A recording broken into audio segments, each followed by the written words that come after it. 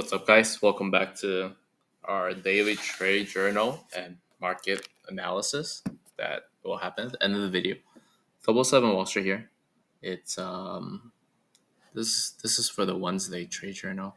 The last time I shot the video was on Monday, and this is what happened. We had a big gap up, and I said usually when that happens, we tend to chop and go sideways, right? And this is kind of what happened here. Yesterday, we went sideways for the last 24, 48 hours. And expected, huge move here going from 5680s to 5900s, almost like 400 point move when average day move is supposed to be 80 to 120 points. So it's pretty big there. Let's go over the signals that we had today and see how it plays out.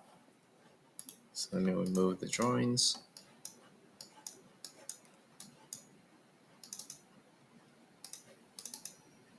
And then at the end of the video, we'll go over market analysis, what we think is going to happen tomorrow and the next day. So 9:30 started with market structure bearish, which is telling us short the rips, right?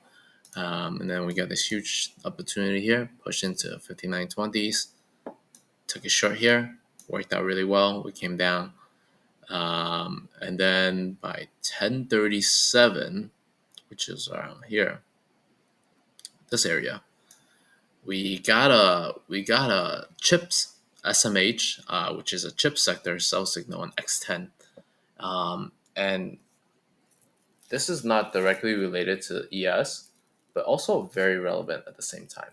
And the reason this is extremely relevant is because the chip sector tend to lead the market, and if they're getting a sell signal, that means the general market could be going down, and that's an X10 signal, so that could happen, generally in your entry is probably in the next 1 to 10 hours, and that can happen anywhere from like the next few days. So I would start leaning bearish again in the next few days with that signal, and that could be potentially be looking for shorts as well. We have some shorts on the resistance in the 1 minute here that would work really well. Boom, boom, boom, boom. Right.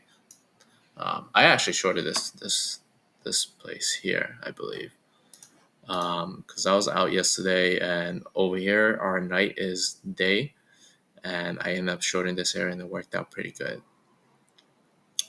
And then I think by 1 p.m. I was already asleep. But 1 p.m. market structure flipped bearish again, so we had a nice moved up from this. I think that is the 10-minute area. Let me see. Let me pull up. Yeah. So we dropped here. It hit the 10-minute support. We're holding pretty well there, right? And then moved back up to 1 p.m.-ish. And market structure flipped bearish again at 1 p.m. Why is this chart being so glitchy today? Let's try instant connection here. So 1 p.m. market structure flipped bearish again. Where is that? That's right here. And we dropped a lot. Huge drop. So that signal yesterday is working good, man. Making money, printing. And then we got 234 market structure flip bullish, and then 3 we have a sell signal.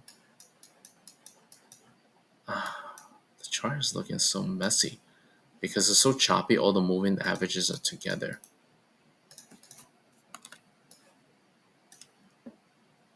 So 234 market structure flip bullish. So what was that? That probably didn't work as well. Actually, it did. Market structure flip bullish. Usually when market structure flip bullish, you want to buy the dip at the MOB, which is the big yellow line here. If you took that, it worked out pretty good. Easily grab your 10 points there. And then again here, could have grabbed 5-10 points there as well. Yeah, 5-10s. And then by 301, you had a sell signal.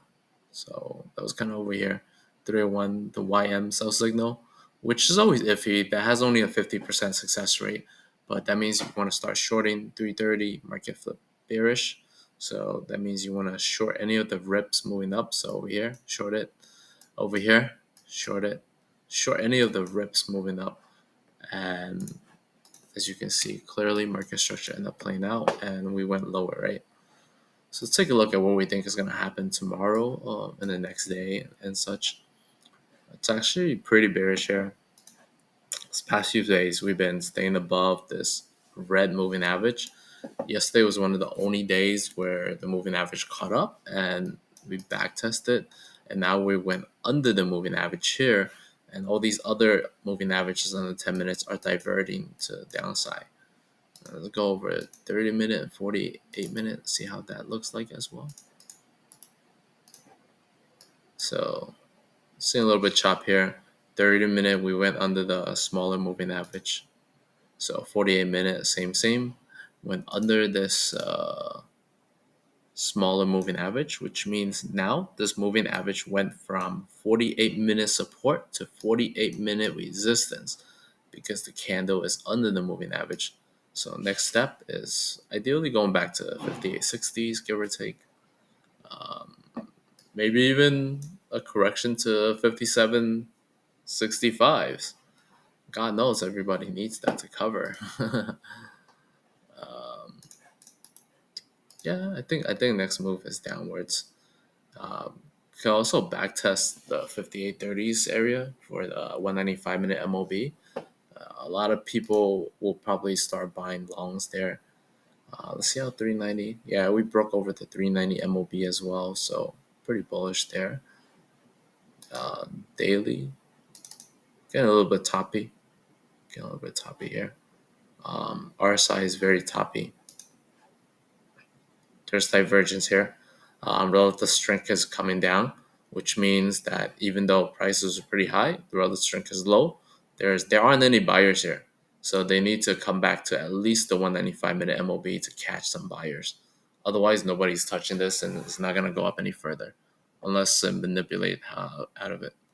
So I hope this helps. Good luck and have a great trading week.